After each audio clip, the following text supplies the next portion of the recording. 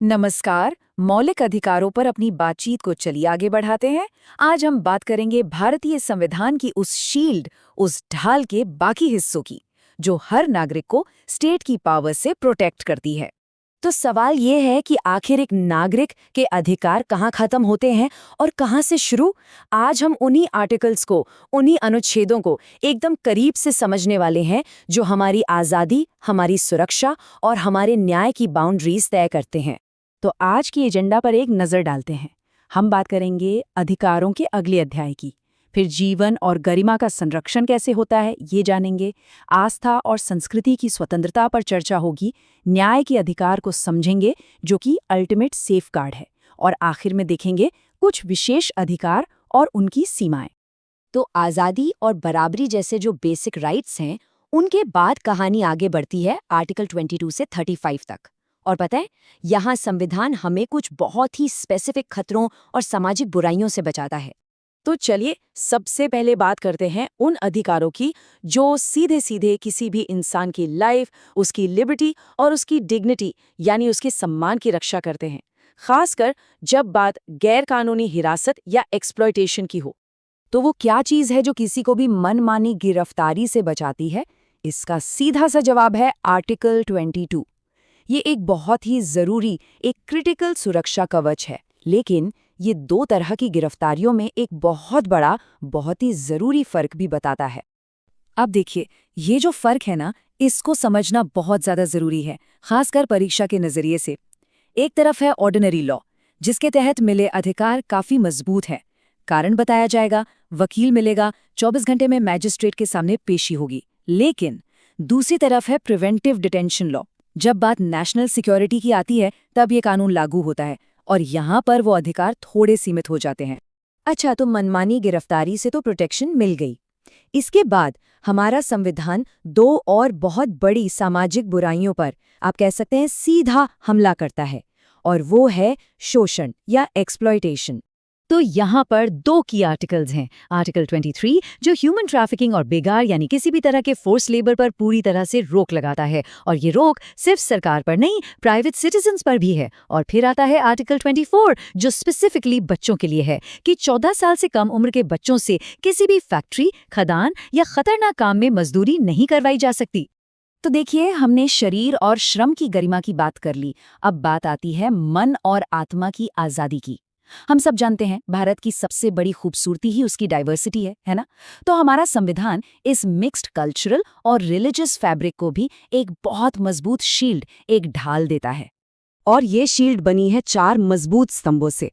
Article 25 जो हर एक इंसान को अपने मर्जी का धर्म मानने, उसकी प्रैक्टिस करने और उसका प्रचार करने की आज़ादी देता है। आर्टिकल 26 जो रिलीजियस ग्रुप्स को अपने मामले मैनेज करने की फ्रीडम देता है। फिर आर्टिकल 27 जो ये कहता है कि किसी खास धर्म को बढ़ावा देने के लिए टैक्स का पैसा इस्तेमाल नहीं होगा। और आखिर में आर्टिकल 28 जो एजुकेशनल इंस्टीट्यूशंस में सेक्युलरिज्म को बनाए रखता है। ये चारों मिलकर काम करते हैं। और इसके बाद आते हैं आर्टिकल्स 29 और 30। ये कमाल के आर्टिकल्स हैं, क्योंकि ये दिखाते हैं कि हमारा संविधान भारत की डाइवर्सिटी को सिर्फ मानता नहीं है, बल्कि उसे बचाने के लिए, उसे आगे बढ़ाने के लिए माइनॉरिटी ग्रुप्स को खास अधिकार भी देता है। अपनी भाषा, अपनी स्क्रिप्ट, अपने कल्चर को बचाने का अधिकार, अपने एजुकेशनल इंस्टीट्यूशंस खोलने और चलाने का अधिकार। ठीक है, तो हमारे पास बहुत सारे अधिकार हैं, बहुत अच्छी बात है। लेकिन एक मिनट सोचिए, अगर ये सारे अधिकार बस एक किताब में लिखे रह जाएं, अगर इन्हें लागू करवाने का, एनफोर्स करवाने का कोई तरीका ही ना हो, तो फिर क्या फायदा? यहीं पर एंट्री होती है इस पूरी शील्ड के पावर सोर्स की, इसके सबसे जरूरी हिस्से की। और शायद इसीलिए डॉक्टर बी.आर. अम्बेडकर ने आर्टिकल 32 को संविधान की आत्मा और उसका दिल कहा था। सोचिए कितनी बड़ी बात है ये, क्योंकि यही वो आर्टिकल है, यही वो चाबी है जो बाकी सारे फंडामेंटल राइट्स के दरवाजे खोलती है और उन्हें हकीकत बनाती है। तो ये आर्टिकल 32 करता क्या है? ये सुप्रीम कोर्ट को पावर देता है 5 तरह के स्पेशल और बहुत पावरफुल ऑर्डर्स जारी करने की, जिन्हें हम रिट्स कहते हैं। ये एक तरह से आपका संवैधानिक टूलकिट है। अगर किसी को गैरकानूनी तरीके से हिरासत में लिया है तो हेबियस कॉर्पस, कोई अफसर काम नहीं कर रहा तो मैग्नेमस, निचली अदालत अपने दायरे से बाहर जा रही है तो प्रोहिबिशन। ये पांचों रिट्स एक नागरिक के हाथ में दिए गए संवैधानिक हथियार हैं, अपने अधिकारों को बचाने के लिए। अच्छा, यहाँ एक और बहुत ही ज़रूरी पॉइंट है जिस पर एग्जाम्स में अक्सर सवाल बनते हैं, सुप्रीम कोर्ट और हाई कोर्ट की रिट जुरिस्डिक्शन में फ़र्क। देखिए, सुप्रीम कोर्ट आर्टिकल 32 के तहत सिर्फ और सिर्फ फंडामेंटल राइट्स के लिए रिट जारी कर सकता है। वहीं हाई कोर्ट आर्टिकल 226 के तहत फंडामेंटल राइट्स के साथ साथ दूसरे लीगल राइट्स के लिए भी रिट जारी कर सकता है।